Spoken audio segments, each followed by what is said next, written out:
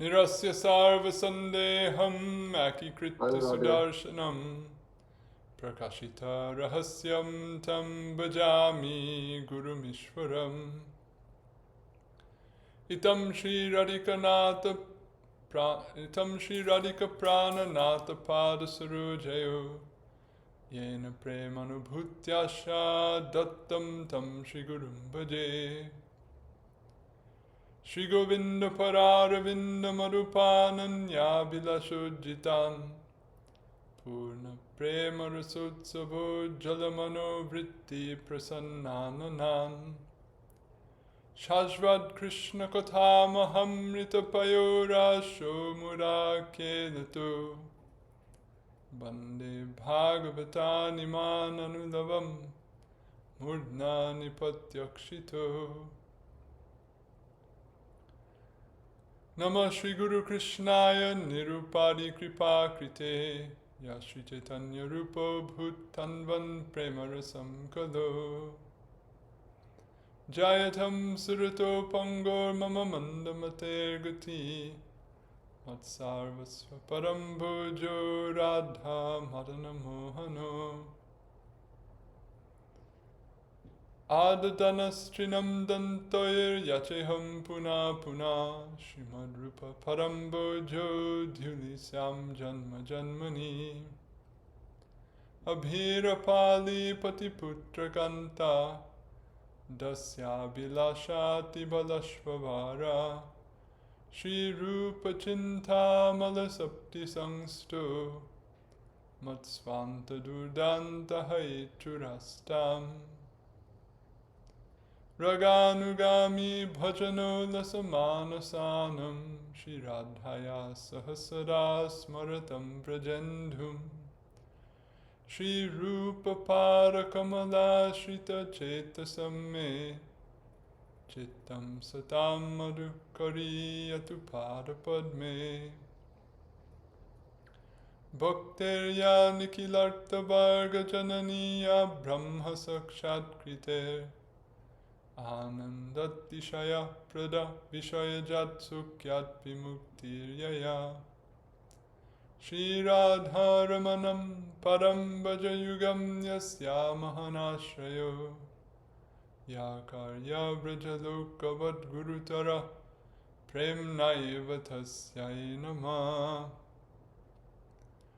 Ya ramya nikila ghashanga shamani srotratritim sangata Yasvadya rasikai sukabdi janani dhikarya mukti spriham Yadhyata hridaye vrajendra tanuja premamrita syandini Saji yadhari bhakta vrinda mohita dhanyeha Padyavali By the grace of Sri Kali Yuga Pavana, the Svabhajana Vibhajana Prayojana-avatar Prema Purushottam Karuna Mahasagar Sri Gauranga Mahaprabhu and his beloved Parshad, the crest jewel of Gaudiya Vaishnavacharyas, the fulfiller of his heart's desire, Sri Rupa Gosvami Pad. Again, today we continue our discussion of Padyavali.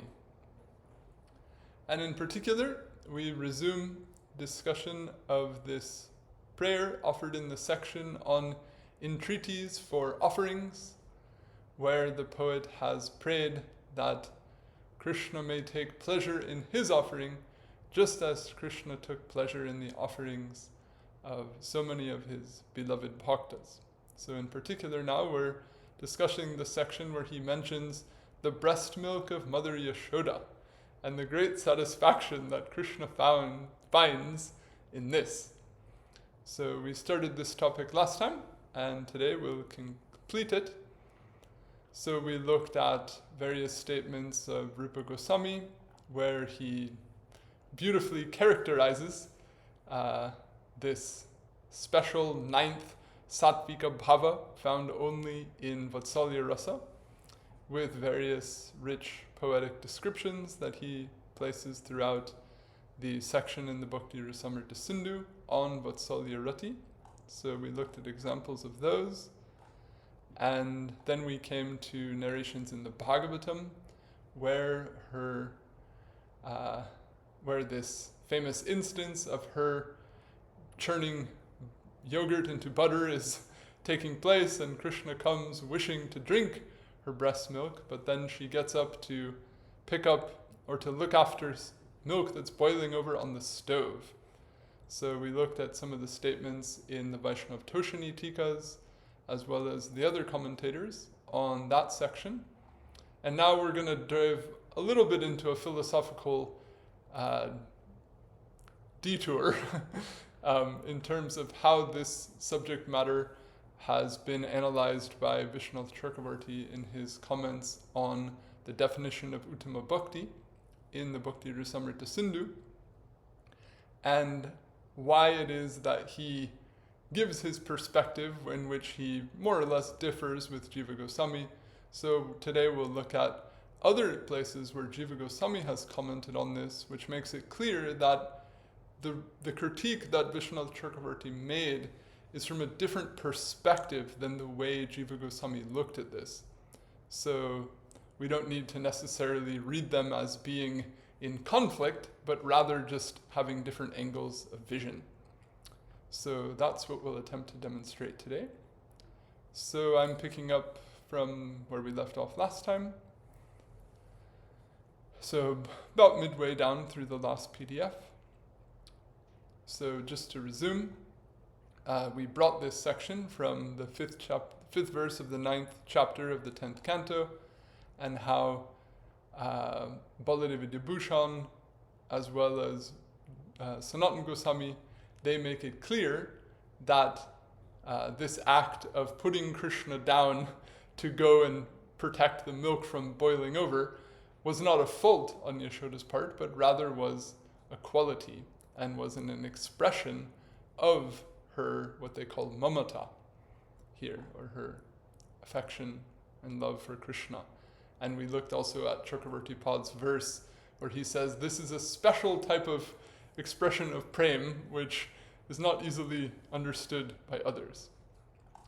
So then, coming to the definition of Uttama Bhakti, I'll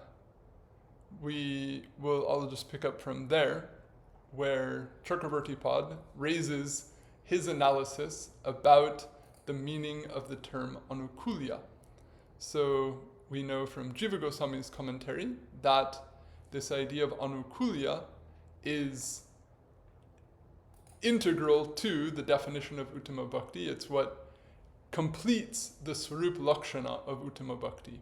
In other words, to define Uttama Bhakti only as Krishna Anushilanam is insufficient, but when it's defined as Anukulyena Krishna Anushilanam, or Anushilana for Krishna which integrally contains Anukulya, then that Anushilana can be accepted as Uttama Bhakti. And the argument there was explained that persons like Kamsa, they were doing Krishna Anushilana, a lot of Krishna Anushilana, but their Anushilana was not Uttama Bhakti. Although they couldn't stop thinking about Krishna, they were deeply absorbed in Krishna, they weren't doing that with Anukulya. So to exclude, pratikul Anushilan, you have to include this qualifier of Anukulyena. So now, what exactly does Anukulyena mean? Jiva Goswami defined it as Sri Krishna Rocha Mana Prabriti, or endeavor which is pleasing to Krishna. It has to be something that's satisfying to him. It has to be something that's in his interest, so to speak. So here's where Chakravarti Pad objects to this, or considers, or wants to redefine the notion of Anukulya that Jiva Goswami gave. And one of the reasons that he does this is this Leela we're discussing now. So, this passage from the book Disar Pradarshani, he says, such an action of Yashoda's in leaving Sri Krishna while he was in the middle of drinking from her breast, and going to save the milk beginning to boil over on the stove, did not please Krishna. as is stated in the 10th canto, the next verse, verse 6, where, quote, it says, "Filled with anger and biting his swollen red lips with his teeth, Krishna broke the pot from the churning yogurt." And thus, the definition of favorability, or anukulya, as, quote, effort pleasing to Sri Krishna, is excessively narrow. That is, it has the fault of avyapti, because it disqualifies Yashoda's action from being accepted as an act of Uttama Bhakti, when in actuality it is an act of Uttama Bhakti. So Chakravarti Pad says, we can't deny that whatever Yashoda is doing is an extraordinary expression of prema. But the way Jiva Gosvami has defined anukulya, her action doesn't seem to fit that definition, therefore we have to change the definition, because in this case, not the example, but the field, so to speak, the map needs to corroborate to the field, not that we're going to toss out this element because it doesn't corroborate to the map.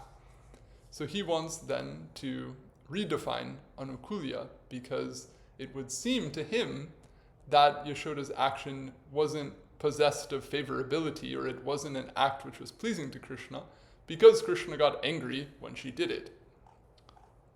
So, Sri Chakravarti Pad, for this and other reasons, thus asserts that the term favorability in the definition of Uttama Bhakti should rather be defined as, quote, an absence of unfavorability towards Krishna. So he feels the need to give this very broad, so to speak, negating of the negative definition, and saying anukulya just means anything that doesn't have pratikulya. So that keeps Kamsa out, but it is able to bring Yashoda in, so to speak, from his viewpoint. So he brings this idea. So upon reflecting upon this view presented by Sri Chakravarti Pad, one may wonder why Sri Jiva Pad nonetheless defines favorability as effort pleasing to Sri Krishna, when he was well aware of this Leela in which Mother Yashoda put Krishna down to save the milk. So you might say, well, did Jiva Goswami not think of that? Well, no. I mean, he obviously commented on this section. He was well aware of this Leela. So we can also take the perspective that he saw this in a different way. So I want to demonstrate that now by presenting his discussion of it in the Laghu Vaishnava Toshani. So Sri Jiva Pad's analysis of this Leela elsewhere can offer some insight into his viewpoint on this subject. So this is a passage in the Laghu Vaishnava Toshani. By a fortiori reasoning, on the basis of the statement in regard to the Brajabasis in the Bhagavad 10.14.35, quote, they whose homes, wealth, well-wishers, dear ones, bodies, sons, vital heirs, and desires are for your sake. Everything of hers, that is, Yashoda's every thought, word, and deed, is solely for him. So he's referring to this famous statement in the Brahma Stav, which says, anything a Brajbasi does, it's a completely pure act of prema for Krishna, it's all for Krishna. So if Yashoda is putting Krishna down, and even if he seems to be getting upset to pick up the milk, we can't think that she's not actually doing this for Krishna. It is everything she does is for him. Furthermore, parents invariably always strive for actions conducive to their son's future well-being, in terms of the body, wealth, knowledge, and so forth, tolerating even the son's immediate unhappiness. That is, parents still engage in activities that lead to their son's long-term well-being and happiness, even if they may cause him some temporary initial unhappiness.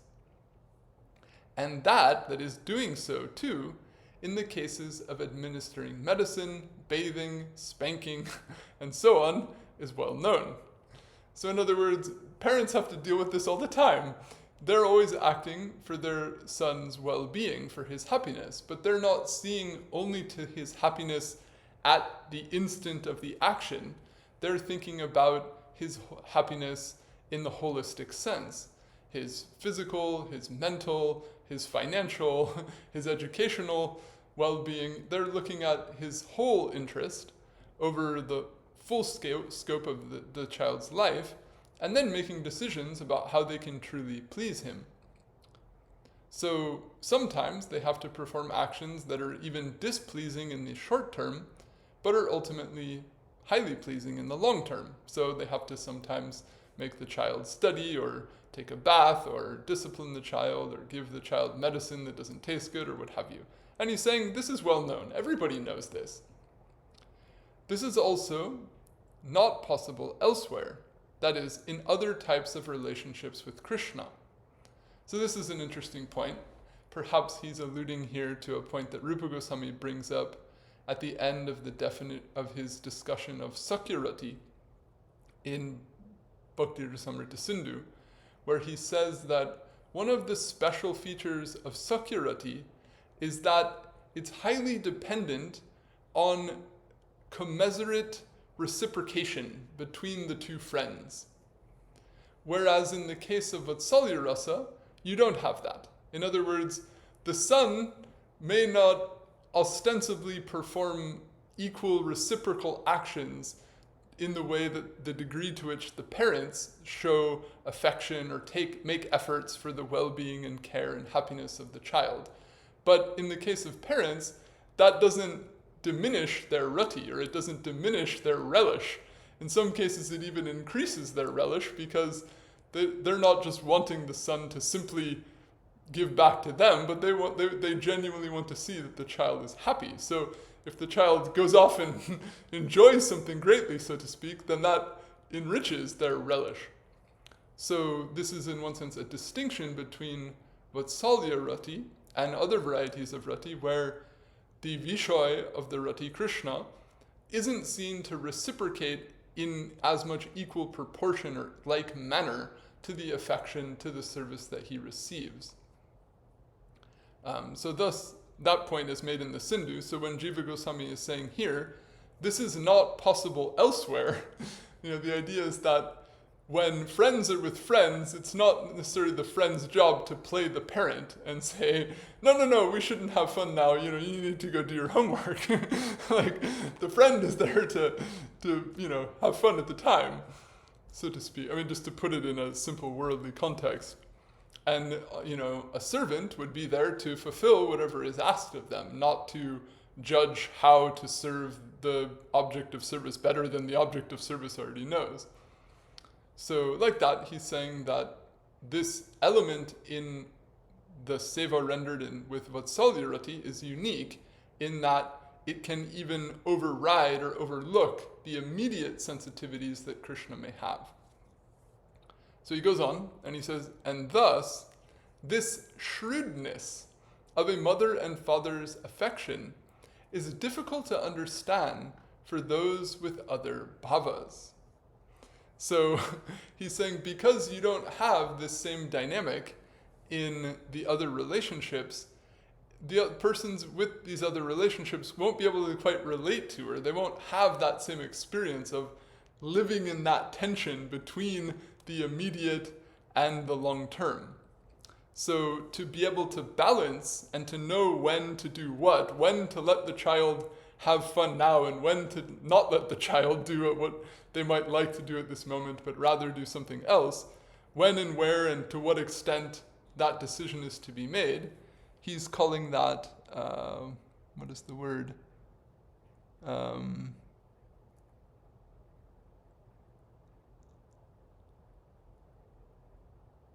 don't see it. I think he's just calling it paripak. In other words, this kind of maturity or this kind of expertise that's acquired from navigating that tension, so to speak, that others may not relate to that. So going on, he says, is that really the word? Sorry, let me just look in the text here.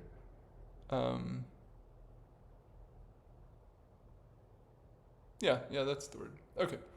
Also, those of the cowherd caste always have great regard for milk products. So now he's giving some cultural context to this action as well. Thus, Yashoda thought as follows, this boy does not know at all how to protect his own wealth. So, that protection of his wealth now is to be done only by me. In other words, this boy, he's the prince. It's his job to look after the whole cowherd community, and our community is based on godhan. Our wealth is the cow. Our wealth is our cows and the products that they produce. And so this boy, the prince, he's responsible for all of the milk in the village, all of the cows in the village. He needs to learn how to protect this, how to value this, how to, see to this. But he's so young now, he doesn't know. So I need to set an example for him. So I need to show him that if milk is boiling over, it needs to be saved. That it shouldn't be let to go to waste. So in Jiva Goswami's analysis, he's, going into the Bhagavatam here, and now he's diving into Yashoda's psychology, and he's saying that at this time, Yashoda's thinking this, that yes, it's so sweet that he wants to be nursed right now, and yes, he's showing himself to be so clever by learning how to stop me from churning, but if he's so smart, then I should also start to show him some other things that he needs to know in life. So I need to, even though he'll be upset for a minute, I need to show him that the milk needs to be protected. So this is how he's looking at Yashoda's psychology. Thus, with this thought, even her leaving him and going over to the fireplace to tend the milk that was beginning to boil over, for his sake, is based solely on affection for him.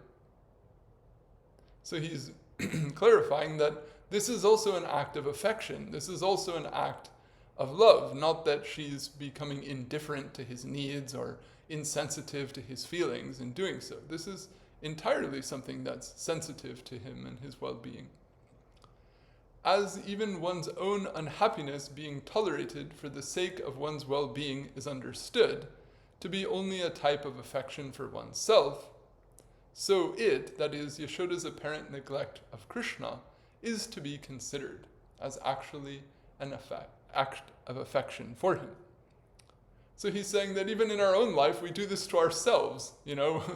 People, work hard at a job they don't like when they need money. You might say, why are you putting yourself through this, difficult task? Or, why are you submitting yourself to a strict exercise regimen? That's a bunch of toil. That's not pleasant. But the person is actually willingly, readily taking on that hardship or that discomfort or simply just doing something at a moment that they would rather not be doing, that's actually a way of a form of self-care, what he's calling affection for oneself, that even in how we treat ourselves, we look after our own well-being, and thus we subject even ourselves to things that are uncomfortable or unpleasant or difficult to a certain measure or for a certain duration when we know that that's actually going to lead to our well-being. So just as we would do that for ourselves, and you might add a subtext here, and just as the self is known to be the dearest object of all, and the dearness of the self is the basis of the dearness of all other things, that we would then take that type of action to see to the well-being of another that we care or consider our own is also natural. So this would thus illustrate Yashoda's mamata, as Rupa Goswami described prema as mamat atishayankita. This would certainly fit that definition in the way he's seeing it. So this is how he discusses it in the Vaishnav Toshani, and he also gives further discussion of this in the Priti Sandarbha. So Sri Jivapad further discusses this subject in the course of his analysis of Vatsalya Rasa in Priti Sandarbha. So this is another passage. He says, actions disregarding his presently existent happiness, leading to his future well-being and prosperity, like scolding and administering tasteless medicine, are described as follows in the Bhagavat 9.10.5, Tamankam. That is, Yashoda is said in this aforecited verse to put Krishna down while he is still suckling from her breast to attend to a pot of milk beginning to boil over on the stove. So Jiva Goswami he even analyzes this in Priti Sandarbha and as a category and saying that part of Vatsalya rasa, or part of the service rendered by those with Vatsalya rati, is this activity of disregarding present happiness for the sake of future well-being. And then he's quoting this as an example. So in accord with the occurrence of a fortiori reasoning in the statement from 10:14:35, the same verse he quoted in the last passage, speaking of the Brajabasis, they whose homes, wealth, well-wishers, dear ones, bodies, sons, vital heirs, and desires are for your sake. The effort of Yaśoda to attend to the wealth in his house is indeed consequently only for the sake of his future prosperity. In this regard, even in the presence of those of the cowherd caste having other immense wealth and means to acquiring further amounts of that, great regard specifically for the sake of wealth derived from milk is natural for them. So, this is kind of formal language, but it's saying, even though the Brajabasis have so much milk, it's natural for them to not waste a drop. In other words, don't think that, they had so much milk, it doesn't matter, we've got endless cows, what's the big deal of one pot of milk on the stove? He's saying, no. These people, they love cows, they love milk, they're milk people. So they're always going to take such attentive care of the milk. This is just part of who they are. So Yaśoda's doing that and her feeling the need to teach that to Krishna are entirely natural and appropriate. This is what he wants to say. Therefore, this eagerness of Yaśoda to protect milk for the sake of increasing his, meaning Krishna's, future wealth, being an expression of Vatsalya rati specifically, nourishes Vatsalya rati just as a set of waves nourishes, that is, causes swelling in the ocean. So the idea being that when she has to perform this, when her rati dictates that she has to perform this action that in the short term is displeasing to him, that will also, so to speak, nourish her rati in the sense that it will then also lead to a redoubled effort to please him as soon as that action is complete. In other words, when you have to do something that is for the benefit of the other but causes some immediate discomfort, then you do that, and then because you did that, you feel the need to do something extra to bring about a compensation or to bring about some satisfaction in the present as well. So in that way, even this type of challenge or even this type of action leads to a greater flourishing in the expression of her rati. This is what he's trying to say. So in this regard, her intention is like this. Quote, he does not understand protection of wealth. Thus, at present, this is to be done only by me. Here also, the mention of, quote, flowing with milk out of affection shows her natural, intense affection and indicates such specifically.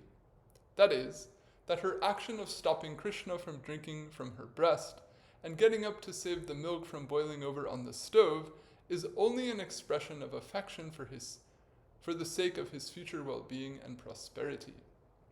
So in the Bhagavatam, when it describes her as flowing with affection, meaning with breast milk flowing out of affection for him, then he's saying that that also indicates that even her action of doing this is thus also an act of affection.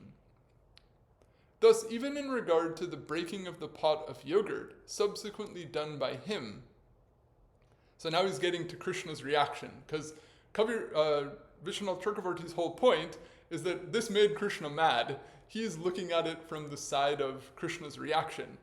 So here's where Jiva Goswami speaks to that side of it, and says, thus, even in regard to the breaking of the pot of yogurt subsequently done by Krishna, a semblance of anger on her part was shown only externally.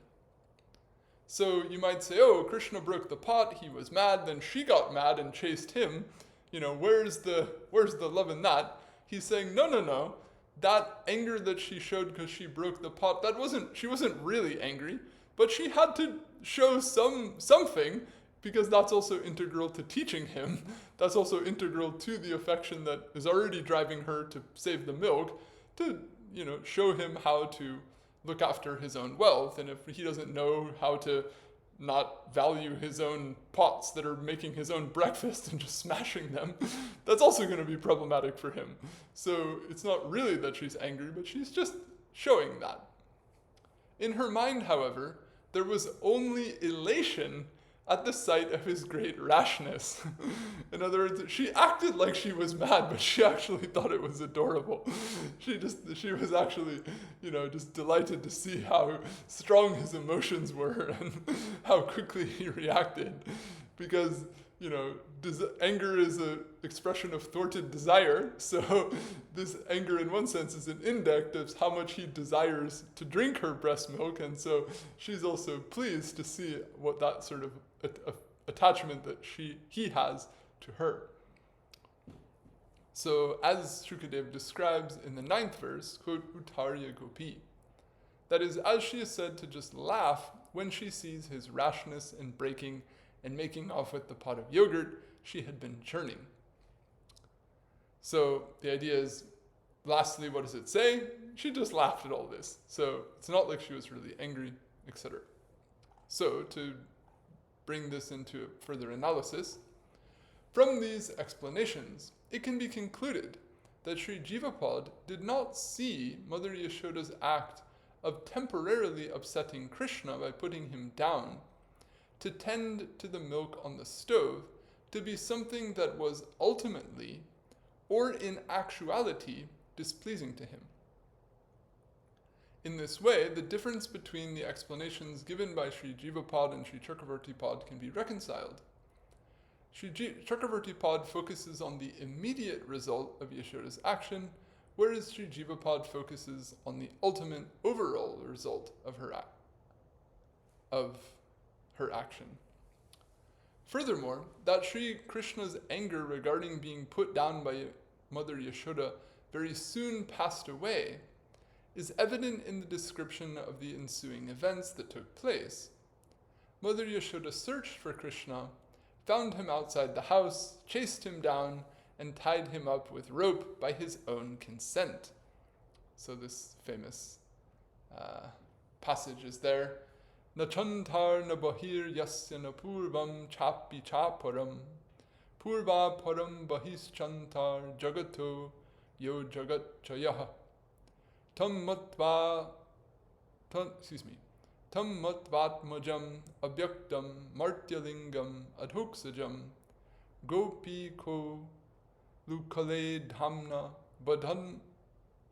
badbandha prakritam yatha, who has neither interior nor exterior, nor anterior nor posterior, who is the anterior, posterior, interior, and exterior of the universe, who is the universe, and who is beyond sense perception, meaning beyond the universe, unmanifest, and possessed of human characteristics.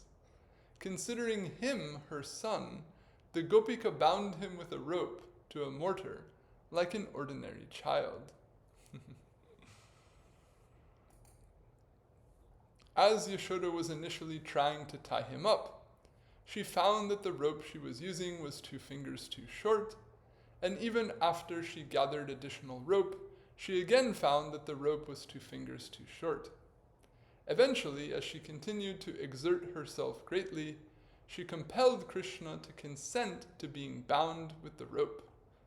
So this famous verse is Swamatu Svinagatraya Visrasta Kabaras Rajaha Drishtra Parishramam Krishna Kripayasvi Sobhandane.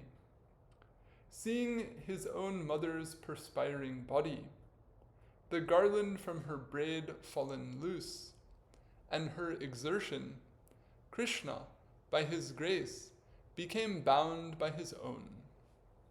And then it's a little bit cryptic when he says svabandhane, so the commentators give 2 interpretations. One is bound by his own means bound by his own mother, and the other interpretation is bound by his own means bound by his own will. And obviously both are appropriate ways of seeing it. So the reason I bring all of this here is that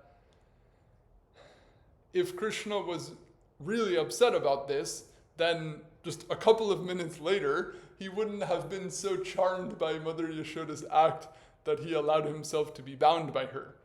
So the idea that he was deeply or prolongedly angry in all of this is not the case. So I'm bringing that to support the angle of vision that Jiva Gosvami had about the temporality of the pleasure and displeasure taking place. Both Sri Jivapad and Sri Chakravartipad comment in this regard that the rope initially being 2 fingers too short indicates that only when the exertion, or parishram, that arises on the part of a bhakta in the course of serving Bhagavan, and the grace of Bhagavan that arises from observing that exertion of his bhakta, both come into being, does Bhagavan cause himself to become bound by his bhakta. Thus, that Sri Krishna was ultimately pleased with Mother Yashoda, and that he became pleased with her very soon after his initially expressing anger at her putting him down while he was suckling from her breast, is quickly made evident in the narration of this Leela in Srimad Bhagavatam. Furthermore, that Sri Krishna relished Mother Yashoda's breast milk primarily because of its being a liquid manifestation of her love for him is amply illustrated in the aforecited passages. Thus, it can be understood that in Sri Jivapad's view, even Mother Yashoda's act of putting Krishna down while he was still suckling is indeed an act of, quote, favorability towards Krishna, defined as effort pleasing to Krishna, the recipient thereof. All told, when Bhagavan Sri Krishna is pleased to allow himself to be bound by Mother Yashoda, after she had stopped him from suckling and chased him, simulating anger, then it can be understood that he is all the more pleased by drinking the liquid affection of her breast milk at other times, and it is this pleasure Sri Krishna feels in drinking Mother Yashoda's breast milk that the author evokes in the verse under discussion. So, essentially, I'm trying to reconcile the viewpoints of these two commentators and say that Chakravartipad's viewpoint is acceptable when you look at the action and its immediate reaction, and the reason Jiva Gosvami didn't see it that way was he looked at the action more on a scale of time and saw that this action is an act of affection, it is an act which is ultimately pleasing to Krishna, even though it created a temporary initial displeasure for him. That's also a natural expression of vatsalya-rati.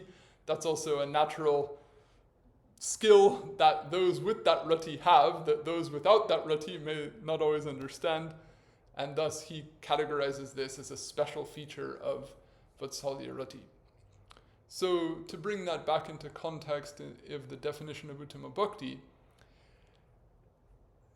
perhaps I'm, biased here, but I have to say I lean towards Jiva Goswami's interpretation of the word anukulya, because in some way I just feel that to define flatly anukulya as simply pratikulya shunyata, it leaves the thing a bit flat, so to speak, and I can understand why Chakravartipad obviously is doing that from a philosophical perspective, but I feel like the overall spirit and of the whole concept of Uttama Bhakti is so deeply oriented towards anukulya, and for followers of the path of Uttama Bhakti, that's so much what they're focused on, that if we were to say, okay, anukulya simply means this, philosophically it's all right, but it doesn't convey the prevailing and the vastly predominant spirit of what the definition refers to in the vast majority of cases of its application.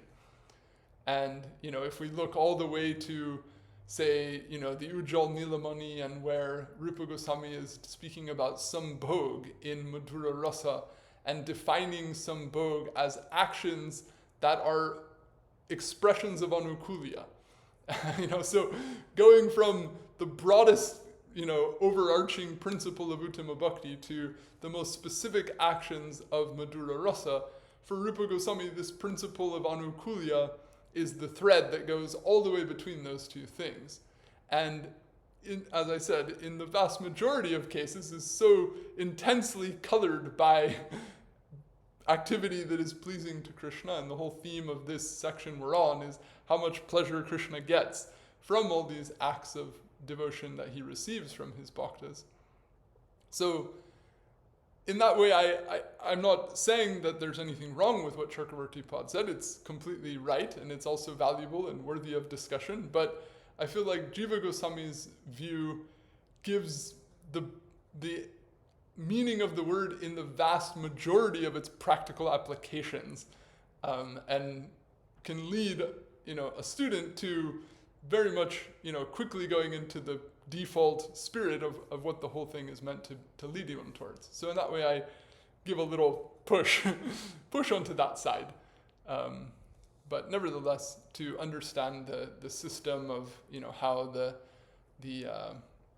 pariksha is to be done of the lakshanas and all of that, that's also, important to do, and therefore is discussed. And, earlier on, we went into analysis of that when we discussed those two commentaries in full. So that's it. So lastly, the verse under discussion lastly mentions the sweets offered by the young girls of Braja. Vraja-yuvati-datte madhuni. And the commentator specifies that this refers primarily to the sweets offered to Sri Krishna by Sri Radha and her companions. The compiler composes his own verse specifically about such offerings in the verse after next, so discussion of this subject will be offered in the commentary there. So I'm not going to go into a comparable analysis of this as I did for all the other elements in the verse, because Rupa Goswami writes his own very charming verse from a manjari perspective in terms of a prayer or an entreaty to be made at the time of offering, which comes just ahead in the text. So we'll discuss that subject when we get there. So that's all I have for today, a little short, but I thought we could just finish discussion of this verse. So in sum, the whole idea is that the poet is saying, as Krishna took pleasure in the food offered by the wives of the brāhmaṇas, in the food offered by Vidura, in the milk of Braja's cows, in the food offered by his friend Sudama, in the breast milk of Yashoda, and the sweets given by the gopis, may he also take pleasure in this offering of mine. So he's praying ultimately that Krishna may be satisfied with his offering, which is, you could say, the very essence of the intent that motivates an uttama bhakta. So that will always be our inspiration, that will always become the default orientation and genesis of our thoughts, words, and deeds. This is the aspiration of every sadhaka. So this prayer is practical as well as instructional. So I'll leave it at that for today. If anyone has any comments, questions, corrections, or feedback of any other type, please feel free to share.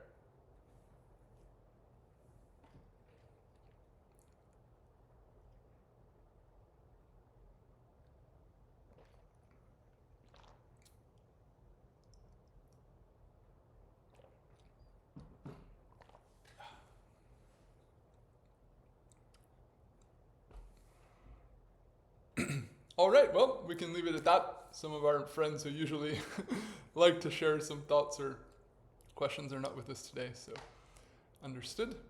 So in our next session on Saturday, we'll look at the next verse here in the text, which is of similar import, but contains some additional examples. So we'll look at some of those examples with reference to the Ramayana and other related texts where they're drawn from.